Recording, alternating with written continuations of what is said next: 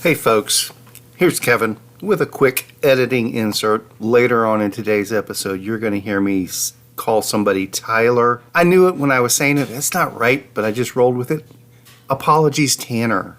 Whenever you hear Tyler, think Tanner. Now, back to our show. Let's roll some music. Well, hold on. Make sure we're... Oh, okay. There we go. Yeah, we're hot. We're hot. I've got a different angle on it since I'm trying a different mic. So, hey. It's so sunny today.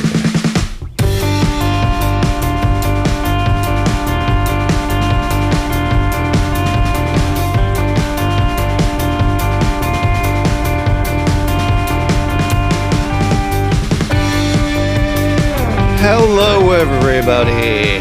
Welcome again to Shiftless,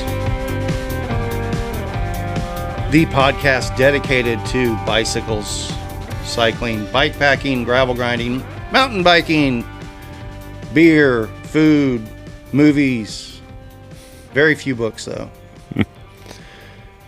I'm actually in the middle of like 6 books right now. Well, that's what I keep getting in the middle of them and moving on to something else. Well, not me. I just keep buying new books and then I crack those open, and so I just keep moving on, but then I come back. So I used to be a voracious reader. I mean, I never went anywhere without a book in my hand. yeah. And I don't know, somewhere along the way, I can't do it anymore. I start reading a novel, I get about a page and a half into it, and I fall asleep. So I'm an audiobooks guy myself. The internet's killed our attention span. I was getting that way before the internet. Yeah. Well, not true pre-internet, but the I think there was a difference between 2005 internet and 2015 internet. Oh yeah, porn took forever back then. I have no knowledge of any such thing. I don't know what's going on with my computer. Uh-oh. What are you trying to get it to do? I'm just trying to open it up. Okay. It's being goofy. It's fully charged. Fully charged. And dirty as can be. I don't know what's going on. Okay. Well, we'll get back to it. Yeah, we'll pretend like we don't need a computer today. How about that? Was there anything particular you were wanting to look at on your No. Just electronic communication device? I just like to have a reference point instead of just shooting my mouth off aimlessly. I like to be able to double check myself. Well, that's what we use Caleb for when he makes an appearance. So. It sounds like Caleb's going to show up. Oh, does it? Okay. Yeah. Well, we'll plug in the headset for him when he gets here. Yeah. Wow. Oh, you know me. I got to comment on the weather. It's February, bro, and if you just took me outside, I would go May, April. Yeah. It's glorious, is what it is. It's amazing. It's absolutely glorious and well deserved. We've needed it. I've missed this. And Had a beautiful ride last night.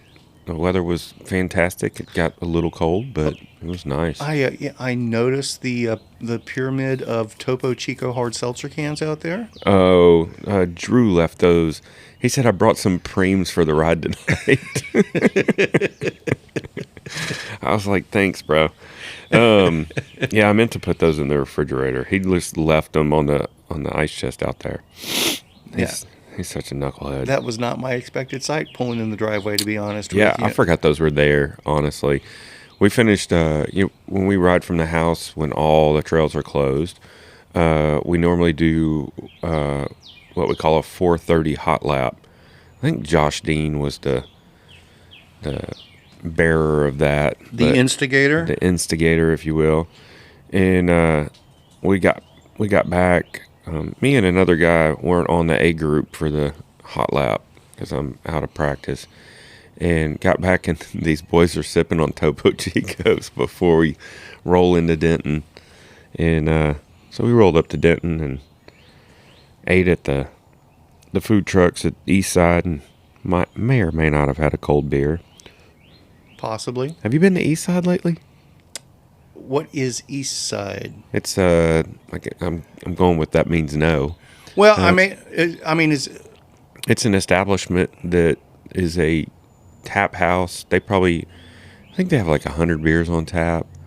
No, I haven't been to that. Tremendous whiskey selection. Okay. And they have a ton of outdoor seating, and there's generally 6 or 7 food trucks there. So I've been to that area where an area just off the square. Yeah, Where there's a off bunch of of food Austin Street. Yeah, and then there's a beer place. that's it. East Side. That's East Side? Mm-hmm. They didn't have whiskeys when I was there. You might not have looked.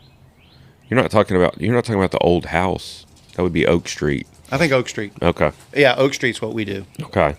So no, I have not been to East Side, but I've been to that area, and we just go to Oak Street. They're owned by the same people, Okay. interestingly enough. But East Side's just a little more cycling friendly. They have they built a stage now, and then they have this.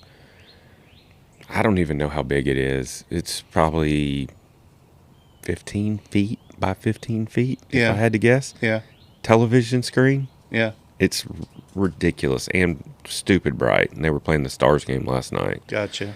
So it's cool, though. Last time we went to Oak Street, they had a bourbon barrel aged brown something. Mm-hmm. Remind me of the what was it? The winter warmer that the guys down in Fort Worth, RAR, had. And was never a fan of RAR. I've never been a huge RAR fan. Their barrel aged winter warmer I was a fan of. Yeah.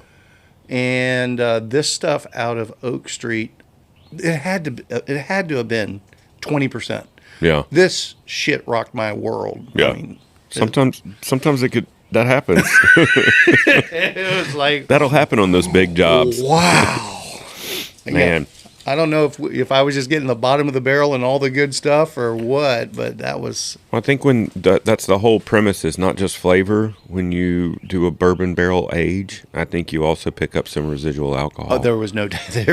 I mean, I've done a good dose of the winter warmer stuff. Yeah. And we had a good Dorba party around that one time. What's the style of the winter warmer? I guess I don't know like what that really means. I just thought it had spices in it. No.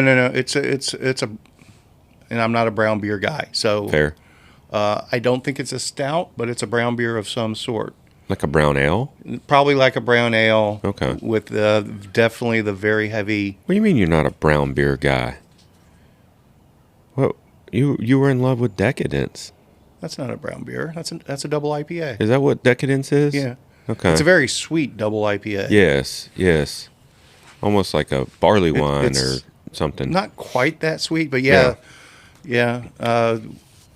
Our friend Solo and his bride, and myself and my bride, we did a Dorba party at RAR one time that he convinced them to break out the winter warmer barrel aged stuff. Mm-hmm. And we started there, and then we went to the Flying Saucer when it was the real Flying Saucer. As opposed to? The Fort Worth Flying Saucer moved from the old building to a new building. Oh, and the old building had a lot of character. And yeah. Sorry, Flying Saucer, but the new building sucks. But it's very trendy. Yeah.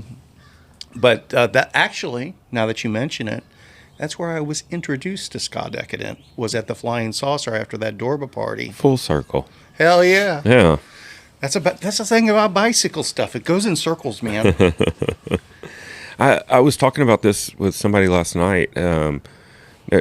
There's a resurgence of an age-old trend, if you will, that I'm super interested in, and I want to explore this winter that has to do with beer, is beers that have residual sugar. A la Decadence would be phenomenal for it. Okay. You take a red hot fire poker and dip it in said beer, and it caramelizes. That's going to caramelize the hell out of caramelizes something. it and causes it to create a secondary head, and the head tastes like toasted marshmallows, I've been told. Okay. And I was about to say roast candy, right? Yeah, and it's supposed to be a great way to drink like a stout or a double IPA or anything that's really dark that has residual sugars in it. And I can't stop thinking about it. I want to try it out. So well, you know when you need to do this, don't you? When? The 17th. Okay. All right. I think we might could do that. How about this? Uh-huh. Let me throw an idea past you. Mm-hmm. at the moment, my schedule is fairly flexible. Would you be interested in me collecting some social media video and pictures and stuff like that during that dinner? That would be awesome. Are you signed up for that dinner? I am not. Oh, okay. So I would just be a lurker, a gatherer, hanging out in the background sort of thing. I'm in. Yeah. All right, we'll talk about that. Okay. We'll talk about that. Let me make sure that's acceptable to my bride. Okay. She's probably going to be in Florida, but I'm probably going to stay here with the dogs. Okay. Caleb is, in fact, on his way. Okay, good for him. So you got back on the bike last night? Yeah, actually, I got back Sunday. Well, I don't know how you say this. I got back Monday morning at 12:45 in the morning. Didn't get to sleep till like 2 something. Just wore out from the weeks of events. And Caleb had been checking on me, and he said, "Hey, do you want to go for a lunch spin on Monday?" I go, "Yeah, I need it more than you know." And we just rode like 10 miles, and it was awesome. I just needed to spin my legs. I hadn't ridden in a month. Sure. Felt weird. Sure. And then last night they broke it off in me. But we had a blast. And it turned into a ramble on the way home. But it was good stuff. Good deal. Good stuff. Good crew. Good hang. Great weather. Stupid good weather. I tested out my new helmet last night too. We're riding we have this cut through ditch. Yeah. That has we go under a bridge, and it's got 4 different channels. And I have never had this problem before, but I got low on my bike and just hit my helmet. I was like, thank goodness for a helmet. I'm glad I had a helmet on. Yeah. So Almost, what is the new helmet? POC Tectile. Okay. Yeah. Thoughts? Dude, it fits my head tremendously. That's Like, important. Yeah, that's what I was saying. Proctor had brought one to TNSS one night, and it was already sold. And I said, hey, do you mind if I try it on? Just because helmets are weird.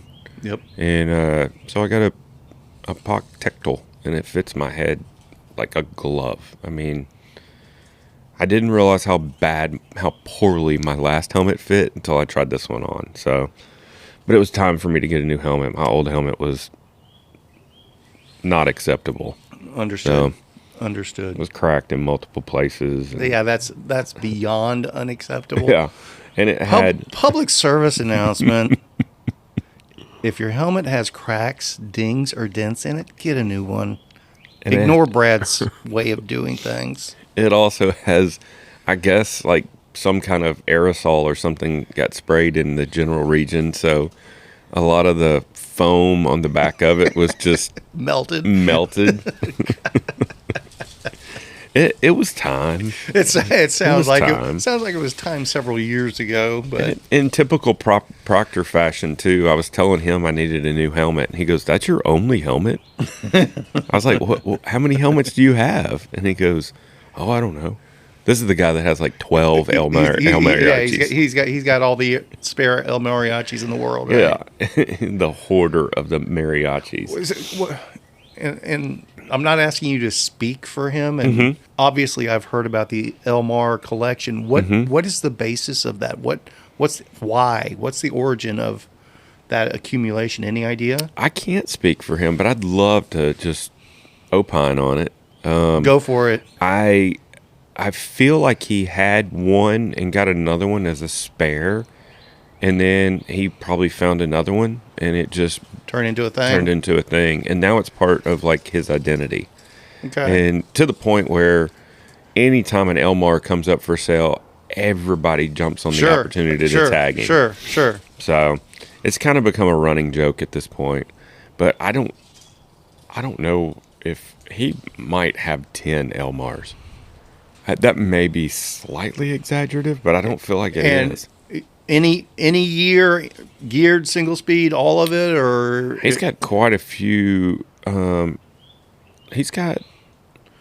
Let me see. Now he has a Fargo, so I don't think he has a Elmar setup drop anymore. But he's got a couple that are set up rigid, single speed, geared, rigid. Okay, so if it's just labeled El Mariachi, he's all over it. That's He's what got I a was referencing. titanium one. Okay. But if it doesn't have There's Caleb. DJ Caleb. Let's take a pause and get him set up and get back into this, huh? We'll be back into this soon. And we are unpaused and we're back. And joining us live and in this glorious day is DJ Caleb. Yay. Yeah. All right. Have you guys already noted how beautiful the weather is? I'm sure you have. Someone has said something about it. Yeah, This is amazing. Brad is our official weather girl. I'm a geek for the weather. Hey, check these out. Doppler Green reporting for duty. Weather is always a factor. What? Helpin still brought those last night. He picked those up at, I think he said Cadence. But I thought those pretty cool. I like the tactile, instead of These searching on the internet. these are rip-proof pages. I mean, you could rip them, but they're not. Yeah. If they get a little wet, Yeah. they're not going to crumple. Yeah. I mean, they're field pages. That's really cool. We should do something like this with Spinistry. So what they're referring to, this Yeah, is because we haven't mentioned it yet. this is the Gravel Adventure Field Guide, and I don't want to go too far astray here because I don't have all the information in front of me. I'm working from memory. GravelAdventureFieldGuide.com, Southern New Mexico, South Central Colorado. I believe this is the same guy because the graphics look the same and it's the same concept. And I can't remember his name. I apologize. I know we've discussed stuff back and forth via email. A gentleman out towards Trinidad, Colorado, reached out to various municipalities, county governments, city governments, chambers of commerce, or whatever, and started up a gravel tourism database for the Trinidad area. It looks like it's been expanded into New Mexico. I'm assuming it's the same stuff, and it's really cool. And it's got the buy-in from the tourism boards and things like that. So there's a website that's dedicated to it. They've got dedicated routes and things like that. And I very definitely would love to do similar things from a Spinistry front. Yeah. But we're also kind of back into that realm of like what we were talking about last episode or 2 episodes ago now, where it's hard to focus on all of these things. Yes, I get that. And so he's focused. I love the approach that he's taking by focusing on that side of it. We would like to roll some of that type of stuff. Like hopefully somebody from the city of Valley View is listening. I'm already working on a concept for making Valley View kind of a destination for people that are just, as they're coming into Texas, leaving Texas right off the interstate there, you want to do a quick gravel whatchamajigger or whatever else, use the town square of Valley View as a base of operations and a bunch of prescribed routes out of there already, sort of thing. And maybe someday it might evolve into this, but so this is the GravelAdventureFieldGuide.com. Check out the website. They've got hard copies of a bunch of guides and routes and things like that you said you picked up at Cadence, or who said they picked? Justin Helpin still brought those too. Okay, and he brought picked those them last up. night. Yeah, He picked them up from Cadence. yeah. He said they had them there free for the taking. Sure. And that's my guess is chambers of commerce, tourism boards, or whatever, they made the initial, because I mean these aren't cheap to put together. Can't be cheap. What, these are probably $2 each. Yeah, I mean that's in quantity. Yeah. I mean, they're not cheap at all. I mean, Yeah, you buy 10,000, we do for $1.75. Exactly. Yeah. Exactly. Yeah. So, but it's the type of investment that pays off in the long run is the idea, and I think that's a fantastic idea. Yeah. Mid-South does a good job of that. Last year when I did it there, the packet that you get when you sign in, they have a cool little, I think it was a multi-page book with a map, but it was a stylized map, right? It wasn't like a perfectly detailed map, and it showed you different historical markers, I think, and different farms and different things to look at on the way. It was pretty cool. I'm going to have to noise and adjust here. Sorry. You okay? At the same time. All right. Kevin was having a fit. We were adjusting here. And we're back. And now we're back to the right, where we belong. I think it's cool having a actual paper book like that. I guess maybe it's me showing my age, but instead of having a digital only reference, it's kind of cool to have a true field guide, you know? So, The reality, though, is these days the vast majority of the audience wants it right there on an app, but the same content. But where it just automatically comes up to the exact page they want when they want it, and they don't have to do any scrolling or thinking. Or anything. But I enjoy the printed page. yes. Well, and the other cool thing is, And that's an art piece. That's not just an informational guide. Yeah. This isn't a Mimeo just sketched out thing. There's a lot of creativity and thought put into this. Some really good art. it's not some Shutterfly thing. No, But what's cool is I was going to say you have the best of both worlds because it's got QR codes too. Yeah. That you can just zap. And I don't know. Is that for like the route? I don't know. I'm wondering if it's because it has the ride with GPS. What do you call it? URL here. And I'm wondering if the QR code takes you to that.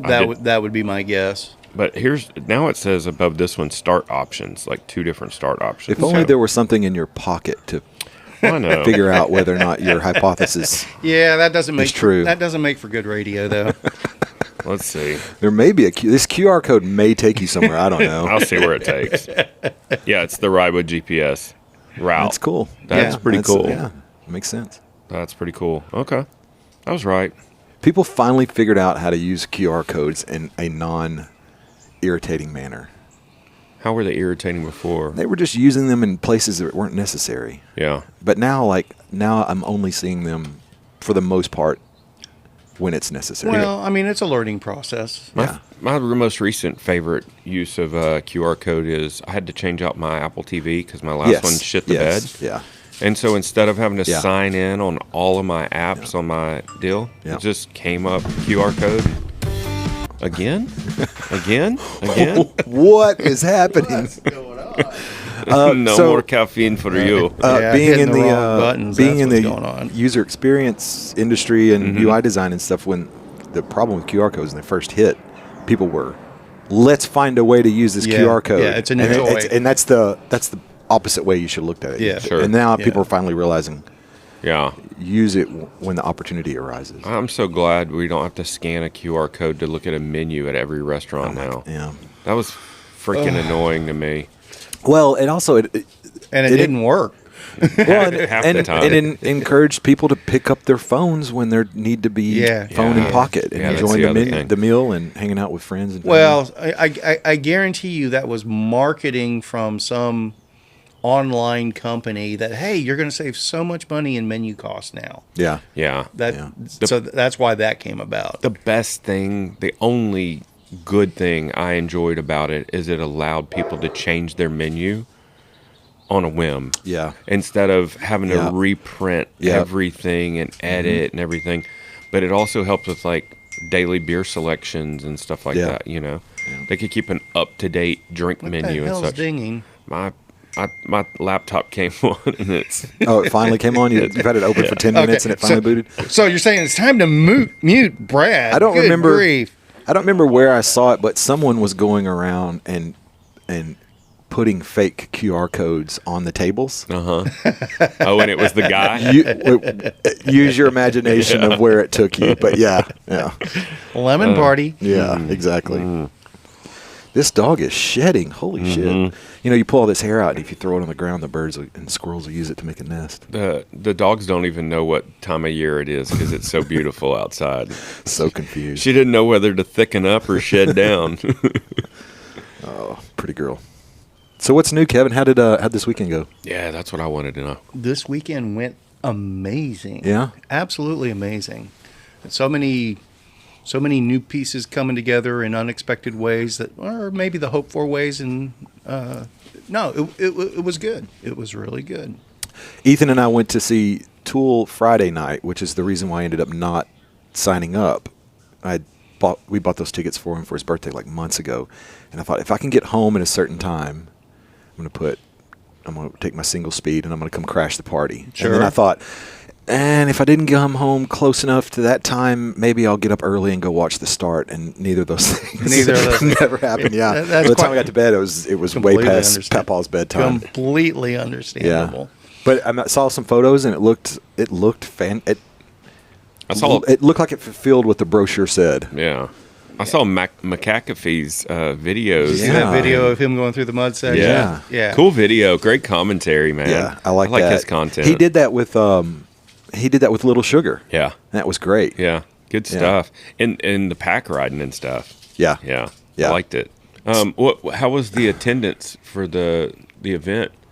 Did you have a less than you thought because of the weather? So, as we've said before, weather is always a factor. Yeah.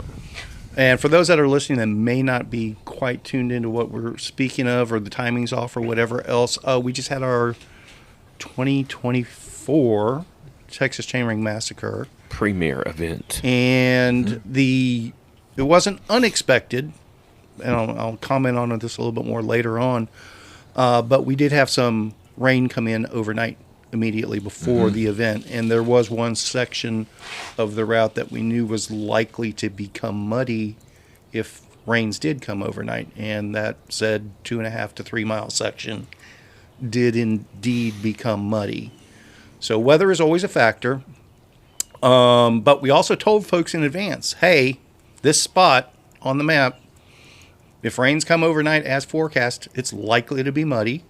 So here's your options. You can take a shorter route and bypass that altogether, or here's a corner you can cut, and you'll bypass it as well if you're doing one of the longer routes. But you can't log an official time if you do that.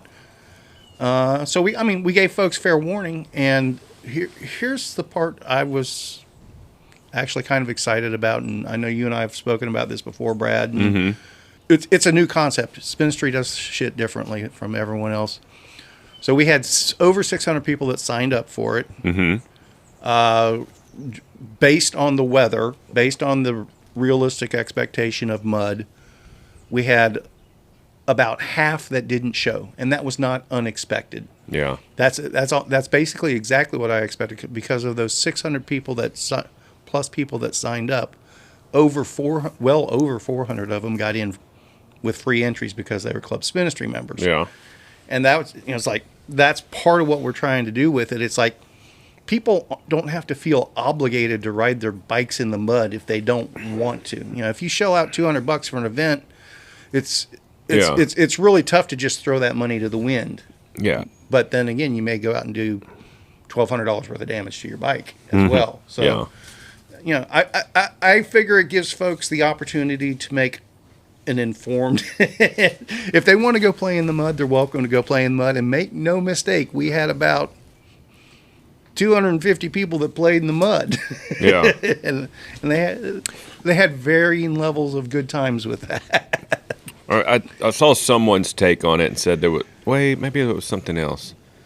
Or maybe it was that event. I saw a couple of events this weekend. Somebody said there was definitely some Type 2 fun going on. Yeah, there were definitely some Type 2 fun mentions on this one. Yeah. But basically, every event, there were several gravel events that happened over this weekend.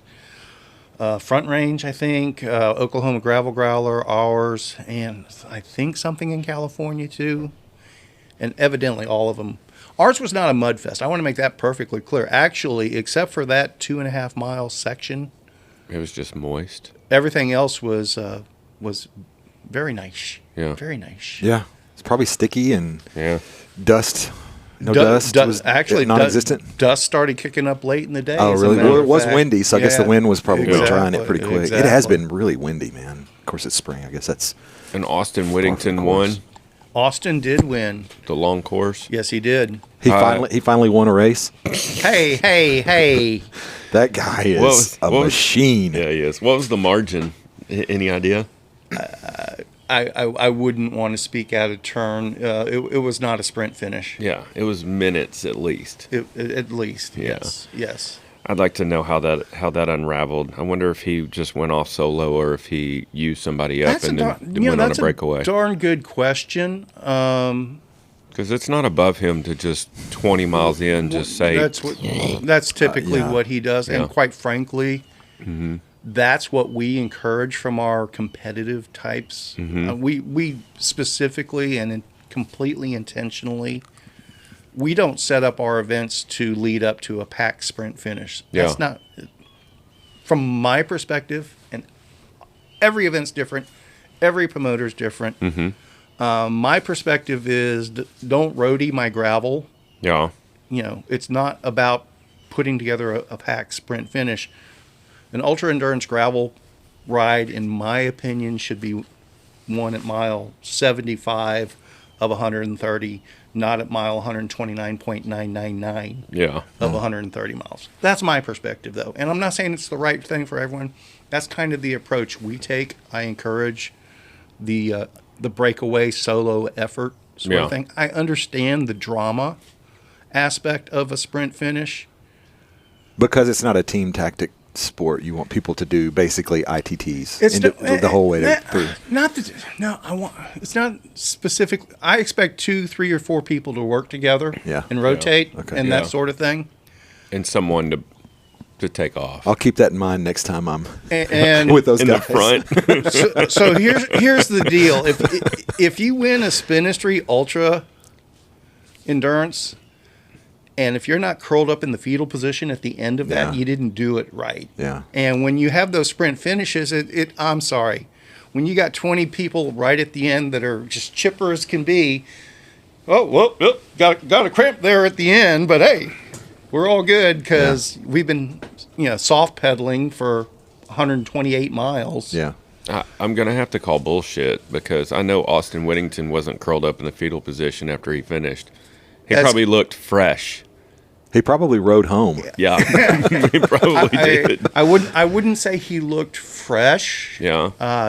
Definitely, he looked more spent than what you would normally see from Austin. Okay, he was good. breathing. He was breathing hard. Oh, I wonder if Poor they. thing. I wonder with the gravel being a little softer, yeah. It takes a little having bit to more. put a out little of you. more power into Yeah. it. I haven't looked. I haven't looked at his Strava to see what his Nor power have output I. was, but I mean, not that I'm a power scientist No, to dissect it, but Here's what I want to throw into the mix that I think you guys might appreciate, and maybe we need to make this person a guest or at least a call in, because I think his feedback would be interesting. As we were getting ready for riders meeting, had one of our riders come up and said, "Hey, Kevin, I know this is a long shot, but you don't happen to have a spare bike, do you?" It's like, No way. it's like, what? As he lined up for riders meeting, I'm not sure what, but something on his bike was broken. Wasn't man. working. And Oh, I thought maybe he forgot his bike. so or he left it on I-20 or So- 35 somewhere. I made an announcement. Hey, does anybody happen to have a spare? Nobody thought this was realistic, but hey, we had the PA. Let's put it to work.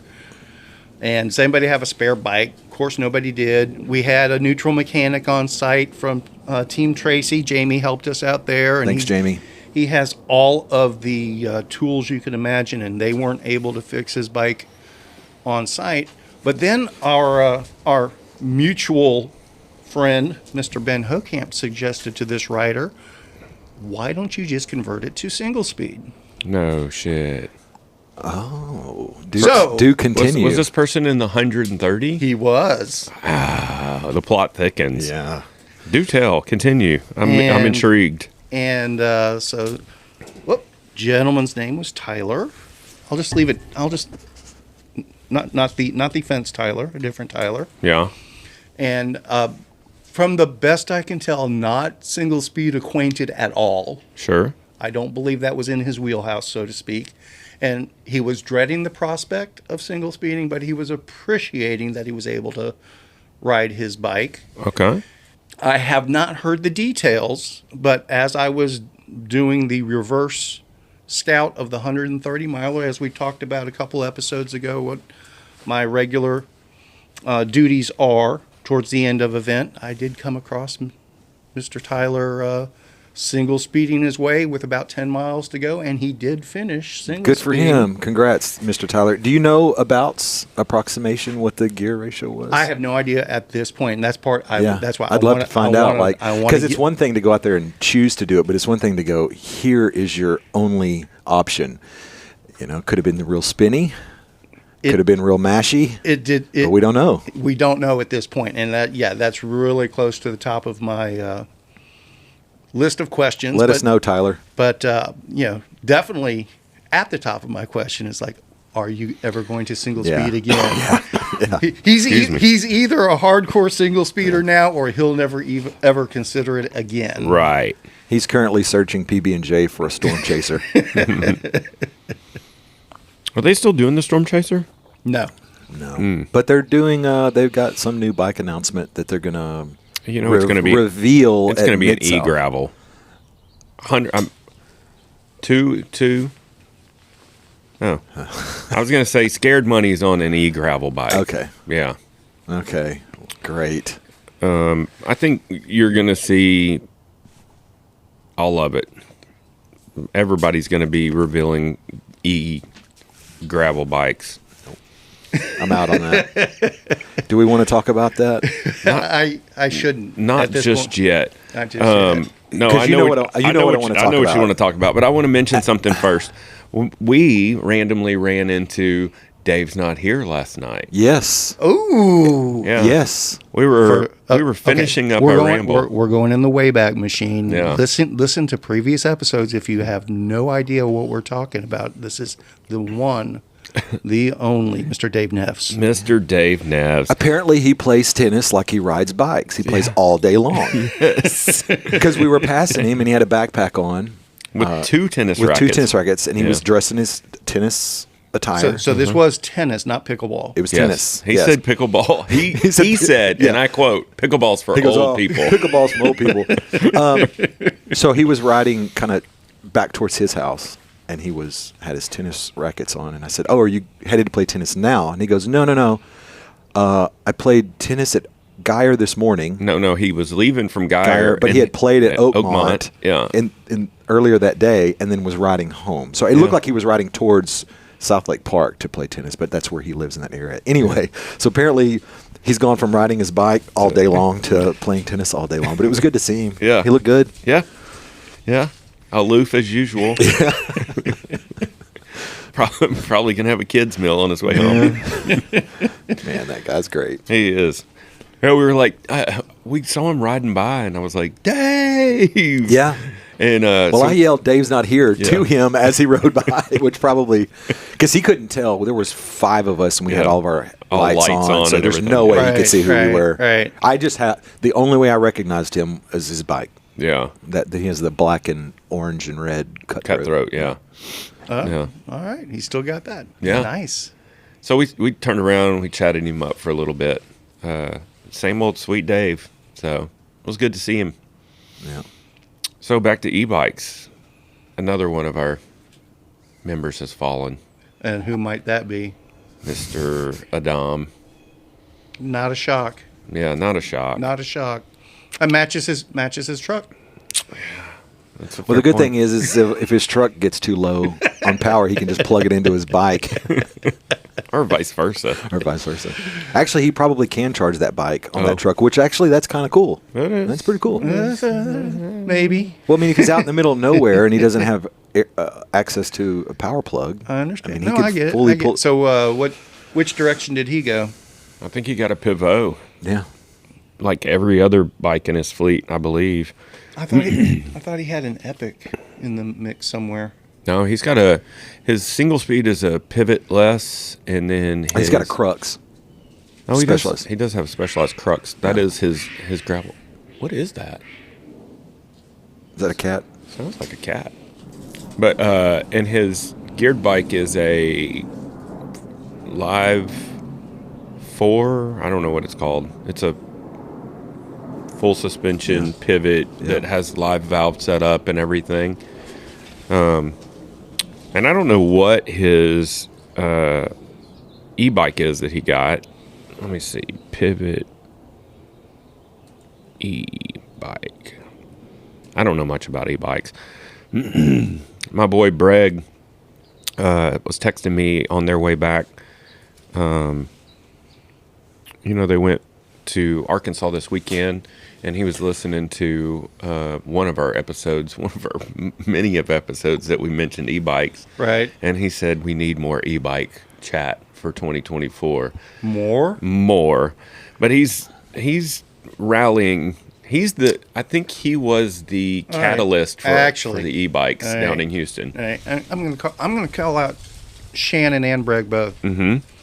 Because one of their squad, Mm-hmm. one of their kindred folks down their way, she chatted me up a good bit at the end of the Texas Chainring Massacre, inquiring about details on how to do the rat. Oh. And Tiffany, thanks for that conversation. It was a very nice meeting you. I think we've met before, but very good questions. And she has very little hope for Shannon or Greg or any of those folks ever riding a bike properly again. Oh. No, well, I shouldn't speak for her. Tiffany, if you want to reach out to them or me and tell me I'm wrong, let me know. That's been my argument from the beginning. Like, once you show someone something easier, it's hard to go back to something that's difficult.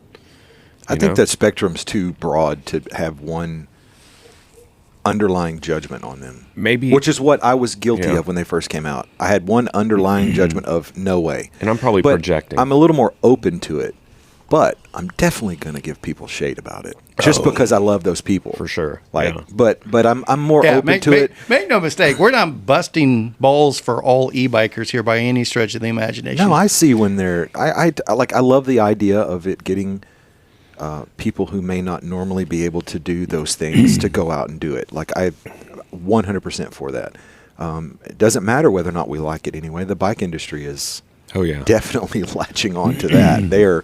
They're building towards that. Yeah, maybe there's. I can tell you from the work that I'm doing that. Well, they're trying to find their next big thing. Yeah. I wouldn't say they're grasping at straws. I think e-bikes are giving them more positive feedback than other specific market areas are right now. We're living in the future, boys. The future is right now. Right now. It might have been yesterday. It could be in 45 seconds from now. Yeah. It will be until it's not. That's right. I really do. I mean, I think if we were able to fast forward 10 years, I really do think that e-bikes are going to stay, and I think electric cars are going to die more than we realize.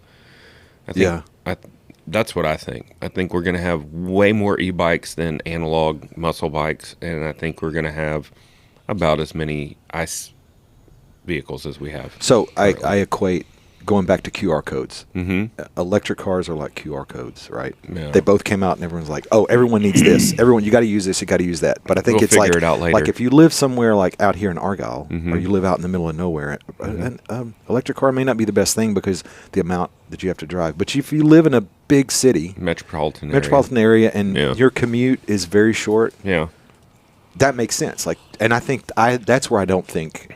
So you don't think road trips in an electric vehicle is fun? The drama of the pucker factor. Come on now. What are you talking about? Love you, Adam. So that was a memorable trip. So it was. No regrets. That was type 3 fun. No regrets. Here's where, and I could be the yelling at the clouds old man here. But here's where I'm going to depart from where the e-bike market is going. Yes, I think e-bike sales are going to expand. I think they're going to continue on the arc that they're headed. But yeah. But I don't think it's going to replace traditional cycling and cyclists. I think it's going to attract a fundamentally different group of people and a different use case than what we're used to in our type of environment of cycling. Something will spawn from its intended. Let me ask you a hypothetical, though. If we get to 5 years from now and e-bike sales eclipse regular bike sales, it's very feasible that many people's first foray into cycling could be on an e-bike. And it'll be their last as well. That's what I'm getting at. They're not going to go from e-bike to muscle bike. Right. That's what I was trying to. It's not going to happen. To work through. But in turn, they're not going to go from e-bike in this different way of riding a bike from what we're traditionally associated with, whatever that is, whether it's just motoring to the store and back real quick or whatever it's going to, I don't know what it is yet, or whether it's just riding the park paths near your home or what, I don't know what it is. It's not going to be gravel grinders. It's not going to be mountain bike races. It's not going to be bike packing, or none of the stuff we traditionally talk about is going to fall into the realm of the popular e-bike culture. There will be people that do it, but the masses into e-bikes are going to be doing something different. I don't know what it is exactly yet. Well, and to your point about metropolitan areas, like if I lived in like a Portland or, somewhere that is like a city area, I would have an e-cargo bike. Yeah, sure. For like grocery getter and it's so bar easy for hopping and us to stuff like that. focus our comments on gravel and mountain bike. Yeah. Because that's all we know. Right. We're not in the That's- commuter industry. That- but and that's- but and the that's commuter side of it makes perfect sense. My Yeah. my nieces, they bought little commuter e-bikes, and they wouldn't have normally ridden bikes. Yeah. But now they go out and they ride all the time. But do they feel like they're doing something? They're like, I don't I think can they have an care. extra taco. I don't think exercise is the... Yeah. And that's The disconnect. That's Yes. the global arch Form over I'm function. talking about is the e-bikers are never going to get that endorphin rush from the maximum effort. They're not going to associate riding with that. Yeah. So they're not going to go out seeking it either, sort of But thing. they're going to get more exercise riding to the taco truck 2 miles from their house than what they would walking or driving. I mean, Yeah. So I mean, there is a. But if they rationalize that and get an extra taco while they're there, I don't think they're thinking of it either way. I think it's going to be just a residual effect Maybe, of being in that maybe. like it's a beautiful day. Let's go ride the bikes. To I go think get it'll some get food. more. I think it'll get more outdoor exposure in general. Which Yes. I Which, think that, if that's the always case, a good thing. like I'm all for that. Get people outside. So I mean, do somewhat things. along those lines in the global and macroeconomic aspect of the cycling stuff. I mean, like obviously the Dutch in the Netherlands and that area is hardwired into the commuter cycling. Yeah. How did they do that so well? Is it just because They've been doing it since the war. They've been Yeah. doing it since World War II. But so here was a linchpin that. But wait, weren't we in World War II?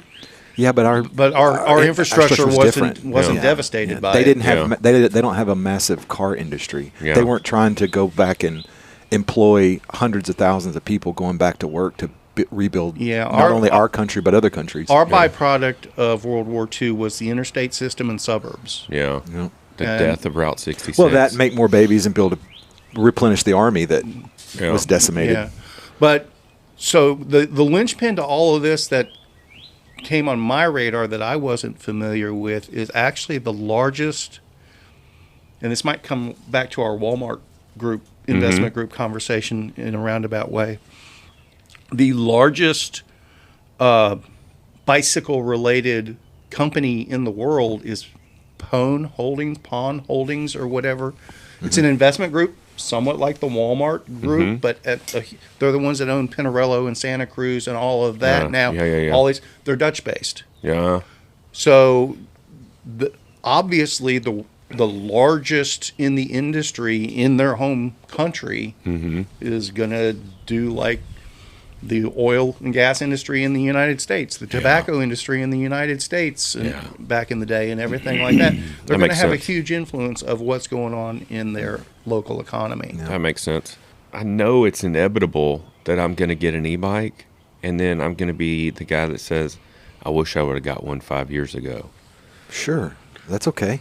Is it? Yeah. Yeah, who cares? I mean, I get okay, well, let's go back to Adam, and maybe we need to bring him. He fucking snuck that in. Like, no, I didn't even know he did was, slide that into the DMs, I didn't he? didn't even know. I love it. That's But- so Adam. It's so Okay, and Adam's not going to hold it against us if we make assumptions on his behalf, I don't think. He'll be more than happy to set us straight if we're wrong. And Adam, you have an open invitation to come here and set us straight, please. Yeah. I bet you can talk to the boss and get some time away. I do want to sit down with him now that he's fresh on an e-bike. Why? What is his motivation? Is it specifically cycling related, or is this just a new toy to try out? Or he might have gotten on one and thought this was fun. I want one, which there's nothing wrong with that. Absolutely nothing wrong with it. He said they rented some when they were in Bentonville, I think, or somewhere. Yeah. And he was like, it was a lot of fun. So that's probably what the catalyst was. Good for him. But to the point, like I was supposed to be riding with them to Arkansas, and then I had a family emergency I had to go see to my family. And Adam showed up, and he only had one bike, and he was going to take two bikes. He was going to take single speed and geared bike. And Garrett goes, "You're only bringing one bike?" And Adam goes, "There might be another bike meeting me there." And Garrett immediately went, "Fucking e-bike?" I want to know if he paid Shannon a portage fee. For all the gas that thing consumed.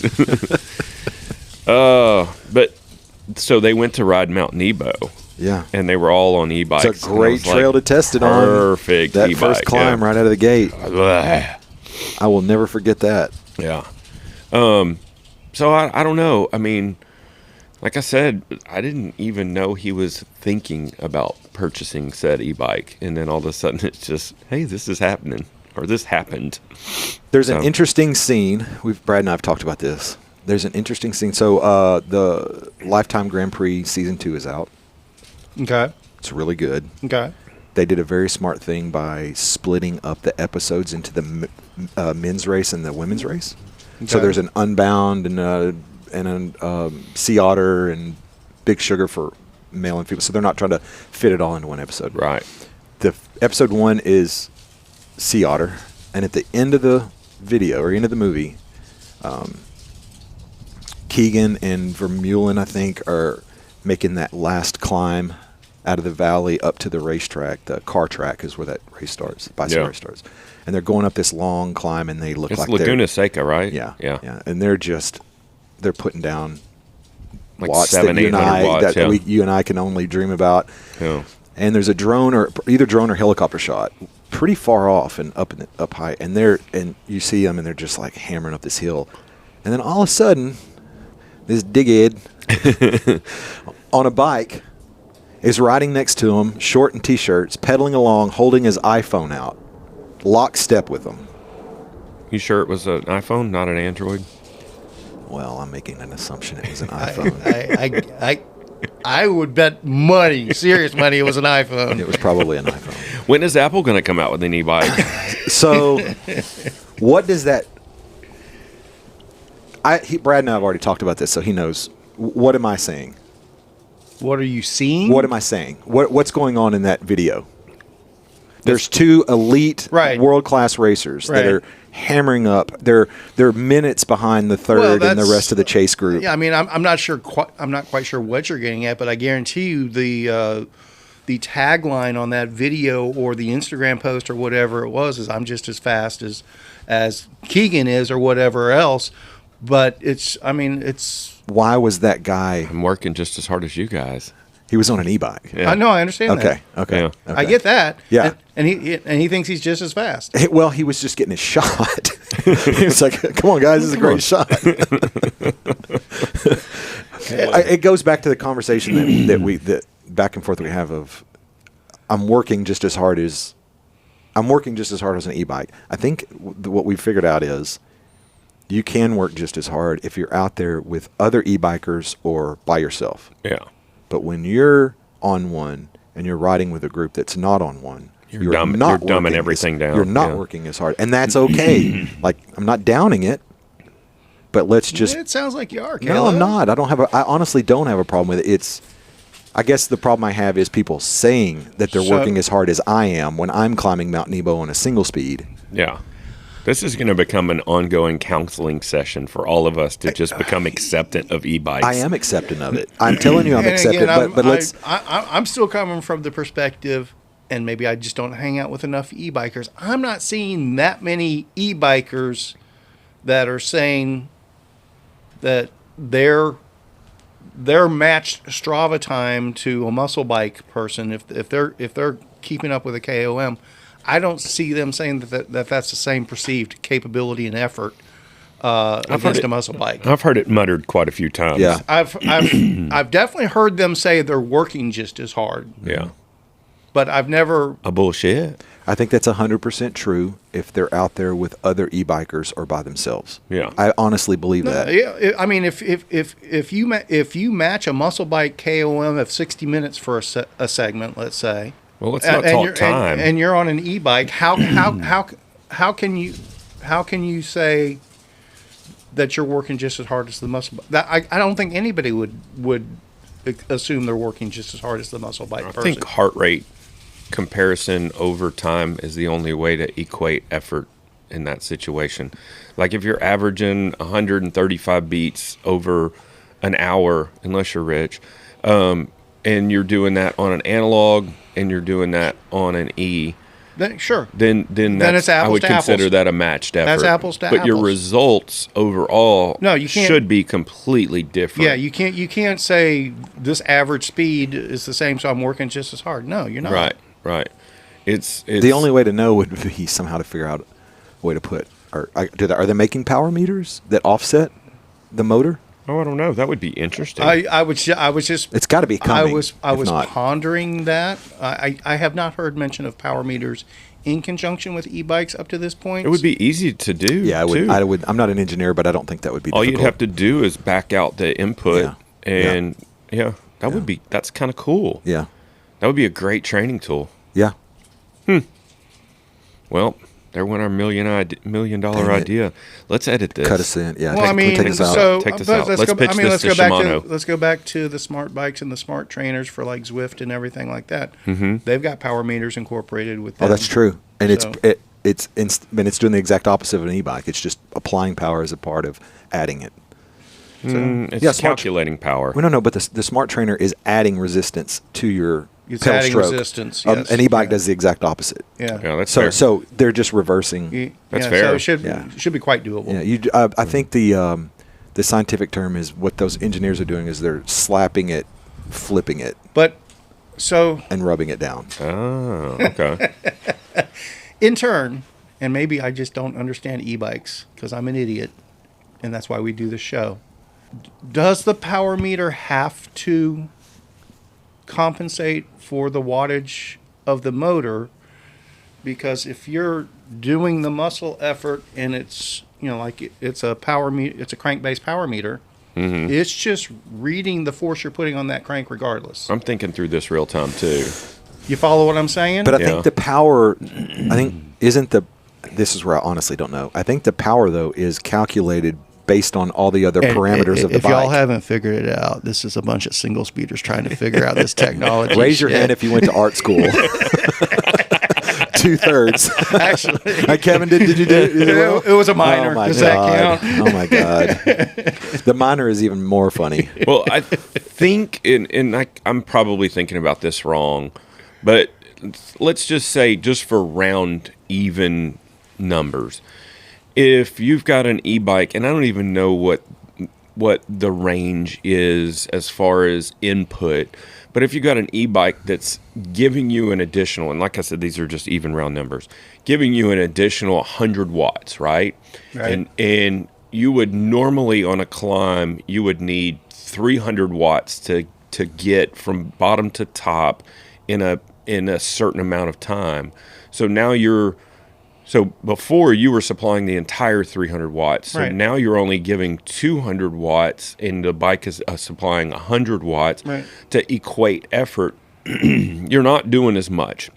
But if you could back that 100 watts out for your overall metrics of that ride, then you could look back and go, okay, I was only doing 200 at this point. And then if you're trying to use that as a measuring bar, then you go back and try to match your your analog numbers, and now you're trying to put down 300 watts on that climb and using that 100 watts as just a lagniappe, if you will, just bonus, right? So then you're taking your training to another level at that point. Are you doing a random search for power meters on e-bikes by chance? No, but I can do that next. I'm trying to. I'm looking for how is the power quantified, or how is it measured? And it's On an e-bike specifically, or are you talking power no. meters? I start. Well, I wanted to know. Well, there's a couple of different ways. Well, they all seem to say the same thing. There's a formula for it. It's the power. It measures the force in Fig Newtons. Yeah. Power equals force times distance over time. So, Yeah. but I want to know, like, how is that? Everybody knows that. But how is the? I know that, but how is the force calculated? What is giving you? And I don't know. I everything haven't seems seen- to I haven't say seen force in it all forever. says the What's he pressure up put to? on the cranks. But what? Okay, I get it. But pressure putting on the cranks climbing uphill as opposed to downhill are two different things, and that affects the distance over time. Mm-hmm. Right, 800 watts climbing a hill, shorter distance, shorter time. 500 watts on a flatter going downhill is faster. It's less power, but you're still going faster. I mean, so I'm trying to figure out what that is. Yeah, we're back. I mean, we're back to the basic It's input flaw versus output. of throwing distance and time into the output equation. Comparing that, distance and time has nothing to do with the e-bike workout. It's going to be heart rate over time, or it's going to be actual pedal power, muscle power over time, and It's input versus output. yeah.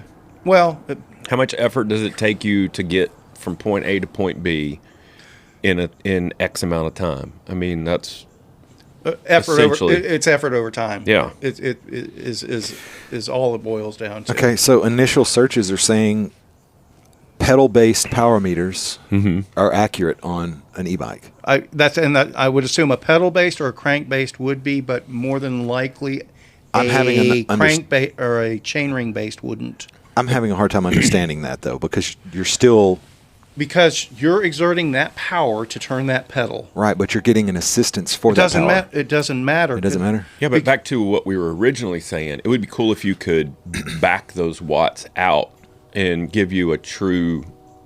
Well, I guess it still is. That it is That's what you're saying. That is the true force that you're exerting to turn that pedal, regardless of what's going on after you turn that pedal. You have to exert force to turn that pedal, and that's what the power meter is measuring. Right. But So now you may be able to exert 100 watts of power to accomplish 300 watts, right. but it's only calculating the Okay. 100 watts of input. So, like, I want to put two people on the bottom of a hilltop, one on an e-bike with a power meter, one on a muscle bike with a power meter. Can we have them- Drew show up just have for them- gigs? Ooh. have them both go up and try to finish around the same time. No. Try to match it, and I want to look at the profile No, you and have see, you have the same person do. or the same. Well, no, but the effort, the time. That's the part is time is calculated as well. no, I distance over time. So if they did it at different times, then So I've got my Wahoo or my Garmin on my bar, yeah, and I am watching my power output. yeah, All right. So on my e-bike, I maintain 200 watts as I go up a hill, or if I go flat, or if I go downhill. yeah. On my e-bike, I do 200 watts Okay. with full assist. Turbo. Okay. How far do I go in, or how long does it take me to go a specific amount? Or if I'm measuring over time, how far do I go over a certain amount of time? Either one can be the destination, right? Then I do that same experiment again at 200 watts on my muscle bike. My distance traveled over time will be less one way or the other. Correct? That's the assumption. I mean that, But I'm saying you That tracks. don't need two people side by side. Actually, but it would be cool. that would be a fun video. Yeah. But it wouldn't be the requirement to. The actual experiment Yeah. is the same rider. I'm going to email Ideally on Professor the- Dean and ask Ideally him on the same maths. bike. Ideally on the same bike. Which you can That would be tough. would it? Yeah. Would it? I mean, you'd have to just turn the power off on your e-bike, and then you're just pedaling a boat anchor. Okay, but That's- again, you do it on flat ground. You don't necessarily do it uphill. We'll have to talk to our boys in Houston then. You're pedaling the same weight regardless. Yes? No? No, because the gravity changes if you're going uphill. No. He's talking about on a flat course. Not gravity doesn't change, but the force required to climb Sure. is stronger than it is to. Let's just do it on a flat course. Again, I don't know. Guys, come on. Look at what I do for a living. Dude, how about All right. sports balls this we're weekend? we're gonna do a monkey fucking a football video of this. We've got friends who are very smart in math that are going to go. No, we're still "God, gonna. These guys are fucking morons. We're still gonna do the monkey fucking a football video on this one. I'm looking forward to that.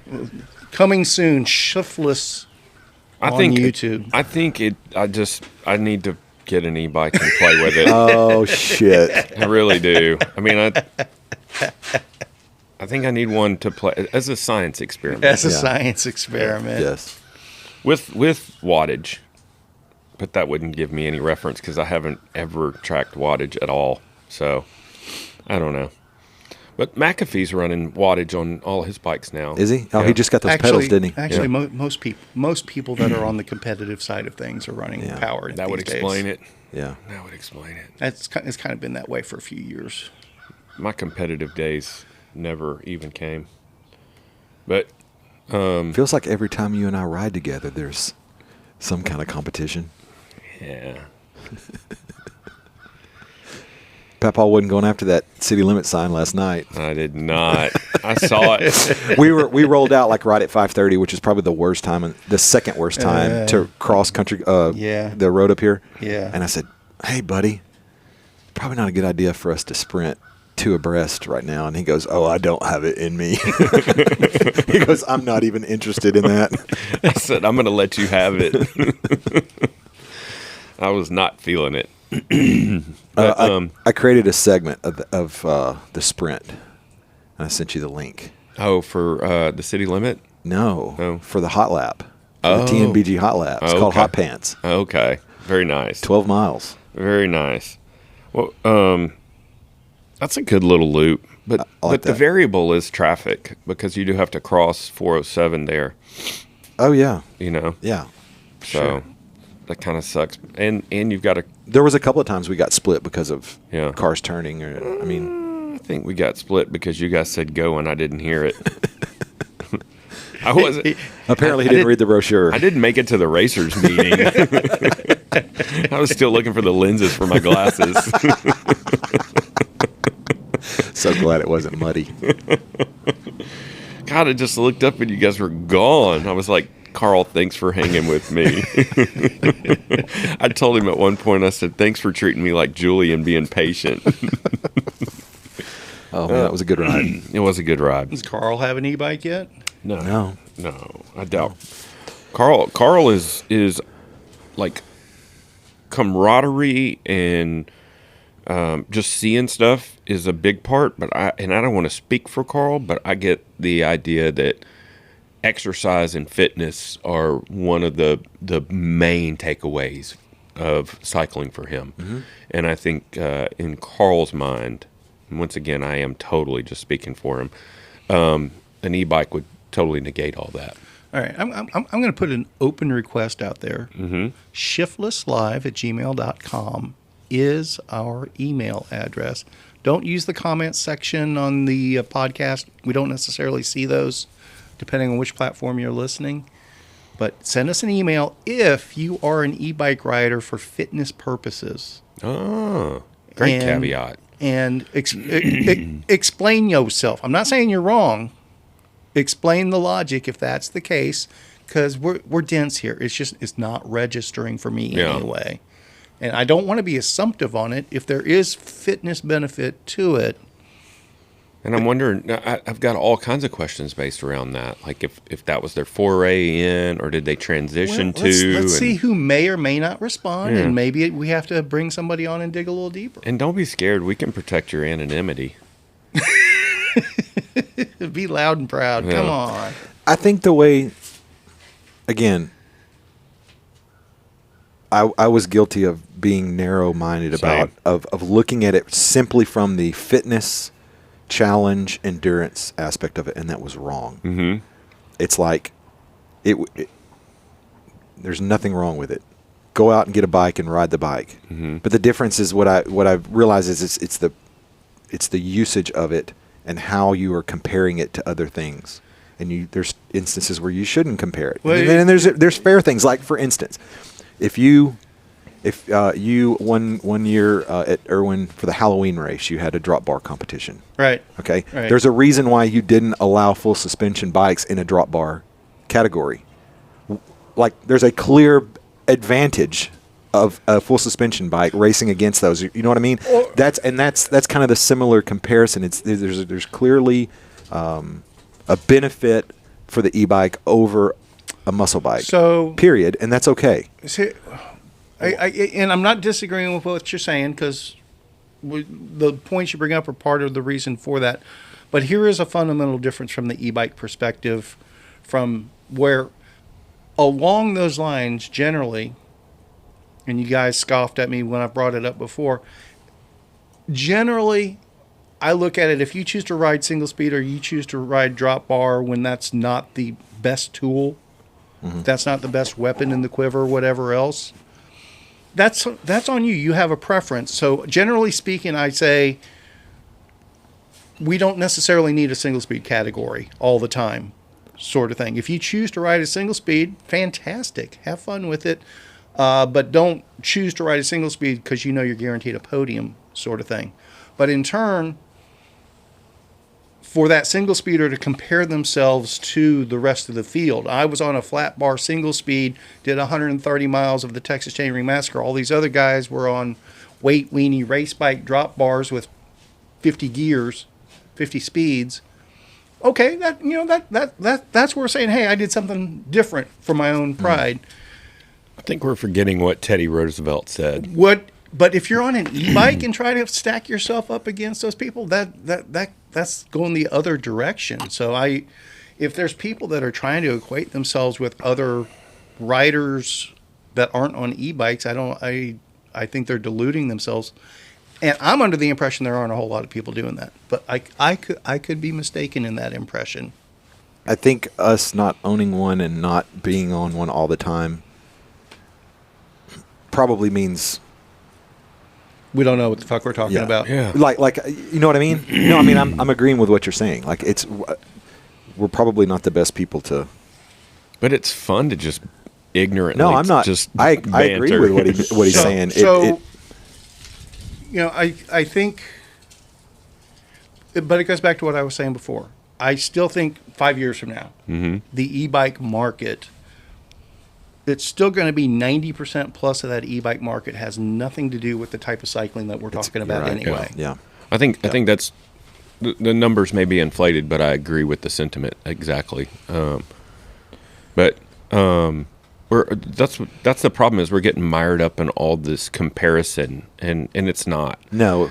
Like, because to compare e-bike to analog, I think that's the big hang up we all have. And we need to just, it's a separate category. It's a different sport. Yep. It's a different thing altogether. It's going to find its own level. Yeah. That's what I was saying. It's really what it's going to boil Old down Teddy to. Roosevelt said, comparison is the thief of joy. And we all ride our bikes to be happy. Yeah. We don't need to compare. I've never heard that phrase before in He's my making life. it up. He doesn't even know who Teddy Roosevelt was. I'm not disagreeing that it's an actual quote, but first time I've heard it. That's true. So comparison is the thief of joy. Read a book, Big Ed. Hey, let's talk about the fact that Brad's casting judgment on e-bikes and the fool is drinking coffee out of an e-mug.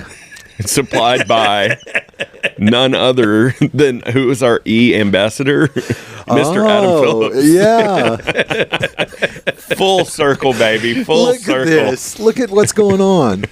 I love This it. thing is- The You're wheels tilting on that the thing bus back, go and I can round see and round. I can see the heating and charging element underneath it as you sip. That is a really good looking mug, though. This thing is awesome. Awesome. Yeah. It's if this is one of the things, like, if I would have known about it sooner, I would have ponied up and got one for myself. It's Does awesome. it make drinking coffee easier or harder?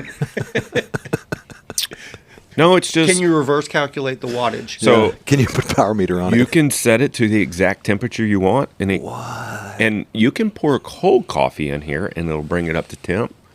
You can pour 180 degree coffee and it'll bring it down to the temp you want. You just gave Adam hives by saying you could heat up old coffee. He's sitting there going, "No, please don't." He's doing this. He's going to regret giving you that gift now. You're rewarming. Oh, he doesn't. He's going to have listen a to us. seizure. No, this is probably one of the coolest gifts I've received in a long time. I mean, it's pretty awesome. Yeah. I'm a huge fan. But you're right. It is an e-coffee cup. How long does it take to charge? It's got a charging base. Oh, it's always on. It's induction. Oh, okay. Yeah. Is that how that works? It's not direct current? Induction charging? Actually, it is. It's direct current. You're right. Yeah. Because it has I'm assuming that's positive and negative. And it's got two little tracks in there. So it doesn't matter how you put it on. Okay. Because it's circular. Okay. So it's pretty cool, though. I like it. Like it a lot. Can we talk about something besides e-bikes? Yeah. Let's talk about something we kind of know about. Wow. That's tough. Yeah. You got to have anything specific in mind? I'm much better at talking about things that I have no idea about. Yeah. I'm not scared of being wrong. I was trying to pull up Austin Whittington's Strava, and for some reason, I can't. I've got the activities selected. I can't figure out how to go back a week because all I can see is what he's done this week. Are you logged into your Strava? Yeah. Okay, just making sure. Yeah, I just don't know how to navigate Strava. Yeah, I'm not a Strava lurker. I don't follow people on Strava specifically and look up what they're doing. So Yeah. I'm not the one to tell you this is how you do it on Strava. Typically, you can just go into their calendar. You should be able to see it, right? That's what I thought. Well, it's after the new year. They could have changed things up again. Yeah. That's when a lot of these places do that. Let me see. When was that? That was Saturday the 3rd. Saturday the 3rd. Oh, I can just click on the calendar. Isn't that what I just said? Yeah. I found him. You're so mean. Let me see. That would have been... Here it is, 129. It's only Wednesday. You couldn't have that many rides since Saturday. 3. Yeah, I know. Okay, here's his metrics and stuff. So 252 watts weighted average power over 130 miles. And over what time? 6 hours and 37 minutes, 21 seconds. Okay. 5,900 feet of LE.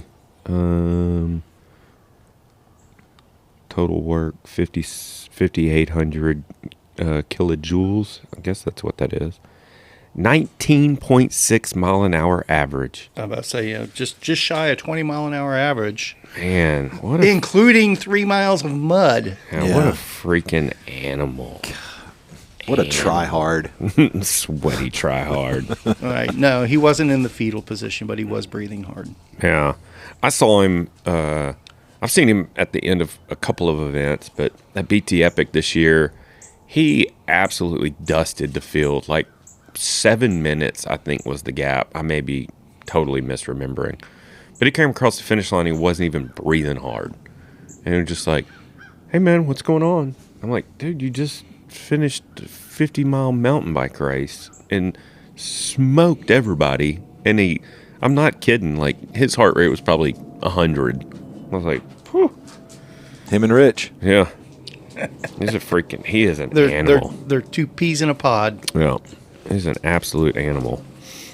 And his woman podiumed as well. Yep. She nice. 80 miler. 80 miler, yeah. Which also did the mud as Yeah. well. Okay. Yeah. What's next? So we March 2nd will be our Regency Bridge rumble down towards. That's a good ride. I like that ride. That's a good one. March 9th, hopefully, fingers crossed, will be our first Dorba race. And then March 30th is Saturday of Easter weekend, Red River Riot. You used to do Regency, was closer to the summer. Didn't you do it in June? First couple times? We've done it we've done it all over the place. I think we did it in May 1 year, and it was balls hot, which is I think I did that, and Fraser and I camped at that park, and I remember sleeping in my underwear on top of my cot with no rain fly and no. Yeah. It was. So we've done moist. we've done May, we've done December, we've done February, but it's been March the past few. We moved it from San Saba to Richland Springs. Okay. And we did that because it used to be the short route riders weren't able to get to the bridge from San Saba. Yeah, you have to do a longer route. Yeah. So doing it from Richland Springs, the short route riders can make it to the bridge itself. Is that coming from the north?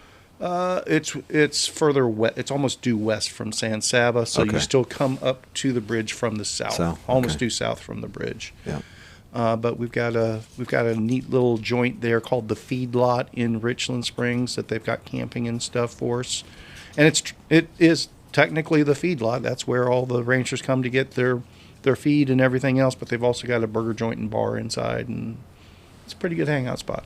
I saw something interesting, Brad. I was going to tell you about. Talk to me, Goose. Do you remember a skater from Chocolate and Girl named Chico Brenes? Mm-hmm. So I was scrolling through Instagram this morning, and Factor Bikes had a post of a bike that was custom painted, and it tagged him. And I went to his Instagram page, and he's a athlete ambassador for Factor, I guess because of his artwork. Anyway, it was pretty cool. So he's not a cyclist? I did not see, I'm sure he's got a bike, but I did not see a single bicycle post like of him on his Instagram. But I thought it was cool that a bike brand is partnering with, because a lot of those pro skaters, not a lot, there's a group that is definitely as much of an artist as they are 100%. a skater. Oh, yeah. And he's got a pretty unique, he does a lot of geometric shapes and stuff, which is kind of on trend with some stuff, but he's got his own flavor to it. Yeah. But yeah, he custom designed this Factor bike, and they painted it up, and it's absolutely gorgeous. I want to see it, yeah. Chocolate always had good graphics. They like that book. They could have gone the cheap way, but they put a premium into their art and design. But but that was the cool thing is they I feel like they were going after the guys. There was plenty of guys that were good. Yeah. But they went after the guys that were artists. Yeah. And I'm speculating here.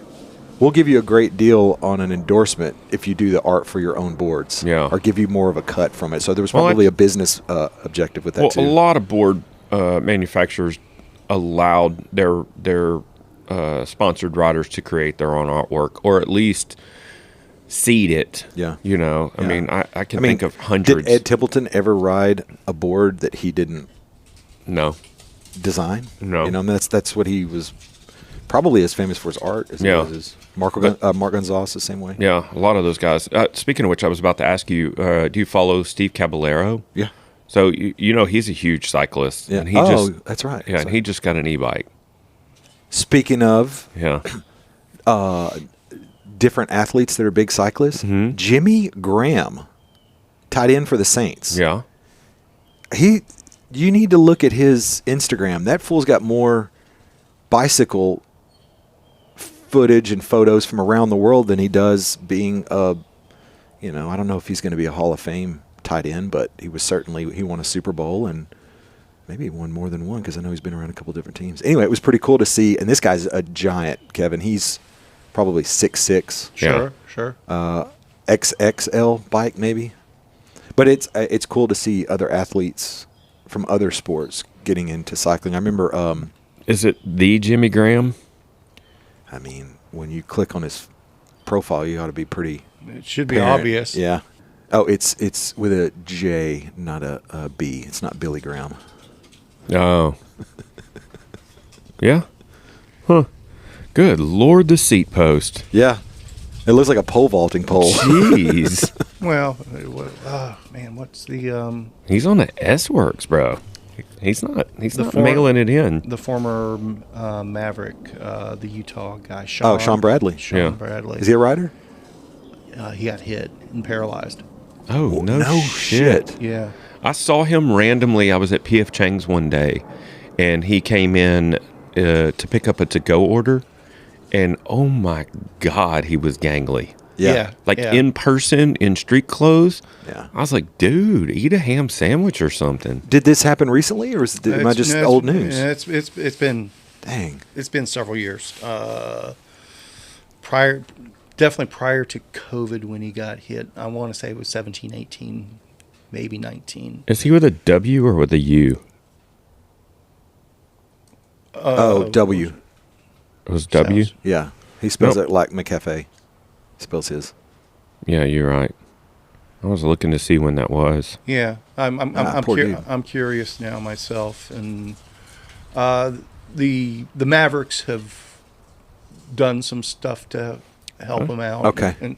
But it was after he had retired. January 20th, 2021. Was it okay? It was Bradley was struck from behind by a more motorist recent than I thought. while riding his bicycle near his home in that's surprising, St. George, Utah, which Utah is a big cycling community. Yeah. So I'm pretty sure, if I remember right, it was the classic cell phone distracted driver thing. I man. think it was even a female teenager.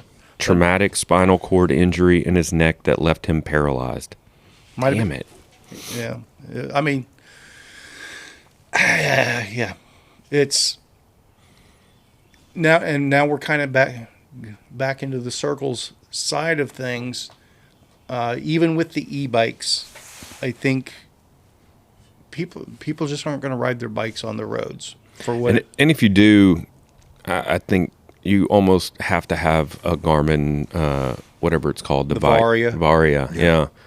I was riding behind a guy Sunday morning, and he was on a road bike, and he had one, and it every time I got within a foot of him, it would beep, and it felt like. So if you're in a group ride, that thing's going to beep all ride long. You can probably change the parameters. if you're riding the same pace, it shouldn't beep. Yeah, it kept buzzing. I could hear it, and You should have quit surging. Yeah, you were half wheeling, dude. Yeah. I was so far up this guy's ass. Man. No, if things are going at the same speed. Now, there's other radars out there besides just the Garmin Varia. So maybe it was a different brand or something like that may have functioned Okay. slightly. It looked like, but it's got the red light on top, and it's kind of long, elongated. the Or is that a pretty typical the design? no-name Chinese ones do Okay, that. Look okay. like that as Yeah, well. what do you think they retro-engineed it off of? No, I understand. I Yeah. understand that. I'm just saying The Chinese ones, that's what I'm talking about. the specific Garmin one that I know, it won't do that if you're maintaining a group speed. Even if a Okay. car's right behind you and it's maintaining the same speed, it's not going to. It's picking up something that has significantly faster That speed, has a incoming different- speed. Yeah. Do those different act as a acceleration. dash cam as well? Do they record? Well, I'm sorry. I take that back. They do They have a version, They right? have a version now that does have a camera now. Yeah. Yes. Yeah, I used to ride with a GoPro quite a bit, but Mm-hmm. it was so many things to manage. to manage, and it's bad enough that you have to charge a blinky light, and Yeah. I don't have to charge my Garmin as much because I have a And solar. I can but speak it's- from firsthand experience that having the footage doesn't accomplish anything. Oh really? Okay. That's unfortunate. Do you guys know Derek Teal? He has a training system on Instagram, pretty popular, called Dialed Health. He's the guy that did, I think he did a double Everest. Oh, yeah. Yeah, we were talking about this. Yeah, last he night. got That's right. he got hit this last weekend and broke some bones and went through some surgery. He's going to be okay, but In Colorado? yes, I think he's in Colorado. Yeah. I think so. Or no, he's in California. I Okay. think he's up in Northern California. Well, there's no rules there anymore. There's no rules. California? You know what they say? You know what Teddy Roosevelt once said? All the gold in California is in a bank in the middle of Beverly Hills. Oh, is that right? Yeah, that's what I heard him say.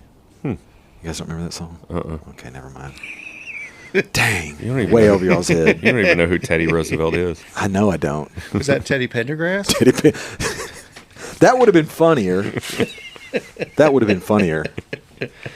Who did sing that song? Larry Gatlin and the Gatlin Brothers. Oh, I don't know that song. Dude, you got to be from the country to know that song. Careful. We are family friendly. Oh, no, we're not.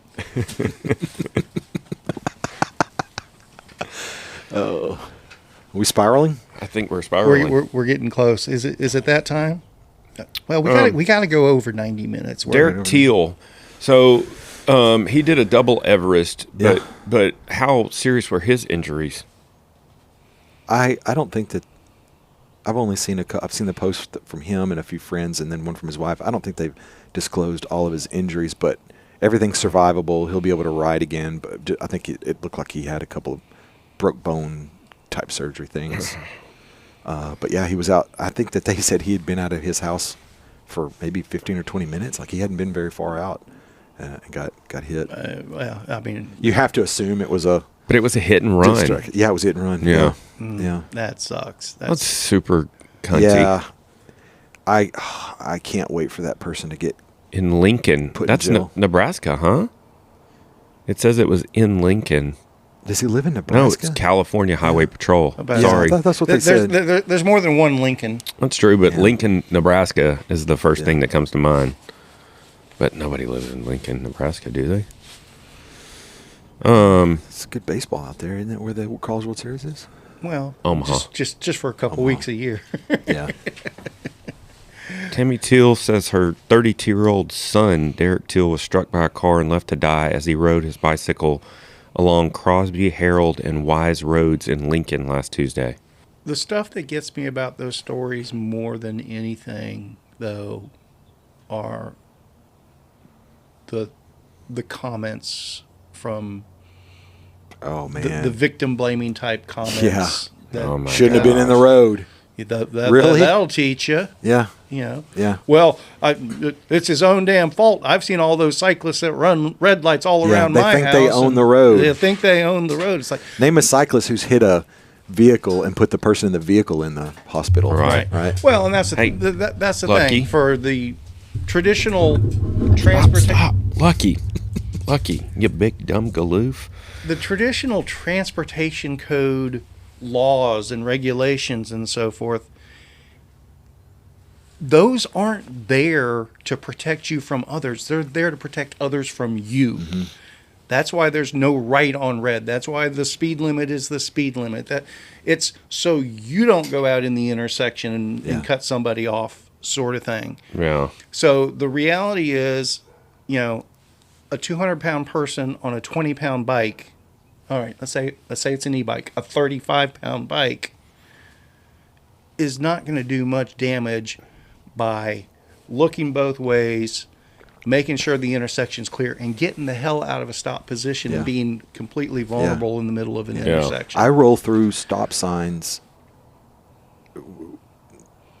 to be in a position of less vulnerability. I feel vulnerable when I'm stopped completely. Because you now, are. If there's cars coming from all directions, obviously I'm going to stop. I'm not going to blow through a stop sign when there's cars. Right. If there's no one in sight, I'm going to roll through it. Yeah. But if cars are coming and rolling up to the stop sign, I'm not going to come to a complete stop if I can take the opportunity to continue my motion and get across faster if I know that they're going to stop. No, it's ultimately, it is the safer practice. Yeah.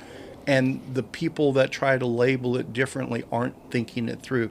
More people are bent out of shape that he's getting in front of me than appreciating that for me to sit at that white line with my foot on the ground for 3.5 minutes while 80 cars go all around me, that's a hell of a lot more dangerous than me going right through that intersection at 10 miles an hour. And if you're in a group, it's actually faster and more efficient for the person in the car to pass you if you're riding 2 or 3 abreast. It's a shorter distance for them to have to pass you, and they get so angry over that. Oh yeah, and it's like the 8 seconds that they would have to wait. Like it was just it just ruins their day. Yeah. It's so I don't get it.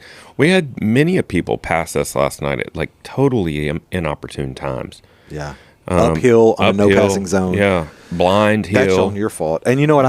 I've started to, if I'm on country roads like that, or fairly busy residential roads, and I'm going up a hill, I will ride in the middle of the lane. That protects me, and that protects the person coming. Yeah. And I will actually put my Yeah. hand out like Yeah. this. Yeah. And I'll look over. I know you're back there. Yeah. Yeah. There's Yeah. a hill right here. Yeah. Yeah. And then as I'm approaching the hill, I'll look over the hill. And if it's clear and it's still a double, I'll move on over Same. and wave Yeah. them through at You that imagine point. the chaos of someone trying to pass you on a hill and then being head-on collision right there as you're right. I mean, Right. that's not going to be good. Everybody's going to lose in Yeah, that situation. yes. Every Everybody. time that happens where I get passed by somebody like that, the first thing I do after I cuss them is look to my right and see what my bail is. Yeah. Because I know that if it all goes down, I'm the sacrificial lamb there. So I'm getting the hell out of the way preemptively if I see anything go awry. Well, I mean, yeah, even going back to the stop sign and the red light thing. There have been times I've stopped at red light appropriately at the front of the line, and then I'll have a car come around me on the right in the turn lane and just cross right in front of me. Yeah. And there's an open left-hand lane right there. It's like, Yeah. what are you doing? Yeah. Yeah. They're exercising their rights, bro. Yeah. And don't trust people who are stopping in the middle of the road to let you by. Oh. Please maintain. I know no one who's not a cyclist is going to listen to this, but I won't fall for that. Yeah, that's crazy to me. That's one of the things. Like, so there's the people that just are irreverent and don't care about cyclists and actually tentatively wish harm on cyclists. Sure. But there's other people that are non-cyclists that try to be compassionate to They're cyclists, trying to be helpful. but they'll stop in the middle of traffic. What's going to happen is the car behind them is going to go, "What is this So, idiot doing? Stop!" yeah, And they're going to I swing mean, around. We had an Obvi- incident literally like a month and a half ago. We were riding and we went to cross. I forgot the name of that lane. Hebron? It's not Hebron. What's the lane that goes right by South Lakes Park that we crossed last night? Hobson, yeah. So we're going across that road, and these cars stop Why am I hearing a goat? because there's a goat. But this car stops. It's drizzling, and the car behind them, it wasn't paying attention. Or no, the car behind them was paying attention, and the third car was not paying attention. Slams on their brakes and then drives down into the ditch because they weren't expecting to stop. Right. But the funny thing is, my boy Devin was in the second car, saw us, saw the car, saw the everything happen, and texted me later. So, but it was because that car shouldn't have stopped to let us go. Right. Well, that's the whole thing about just traffic patterns in general and Yeah. traffic. Be predictable. Yeah. Whether you're on a bicycle or driving, that's Yeah. why turn signals are highly encouraged. Oh my god! But that's also why just because you see a turn signal don't mean they're turning. Yeah, that's true too. Hey, don't get me started. Oh, Yeah. now I'm all bent out of shape. Drivers have I need a become gummy. increasingly worse. Hey, baby girl. All right. Anything else we need to talk about this episode, gents? No, I do. Just reading this article just makes my heart break even worse. I just want to give you this. Okay. This is his mother speaking of back to Derek Till. She said they've now been able to repair his stomach to get him on the other side of healing. She added that Derek now has a rod in his femur, plates in place for a shattered pelvis, and staples to close a severe laceration in his hip area, which required 2 pints of blood from all the blood loss. He also suffered a collapsed lung and a tear in his colon. Wow. Yeah, see, that was way worse. Yeah. This is the first I've heard of what actually happened. Yeah. Shout out to Derek. Hope he gets better. Yeah, no doubt, man. Everybody, go out there, ride your bikes, be safe, Be safe. aware. Yeah. Don't Keep trust your head on a swivel. anyone else. But hey, you can still have fun and you can still have adventures. Come join us. Send us an email.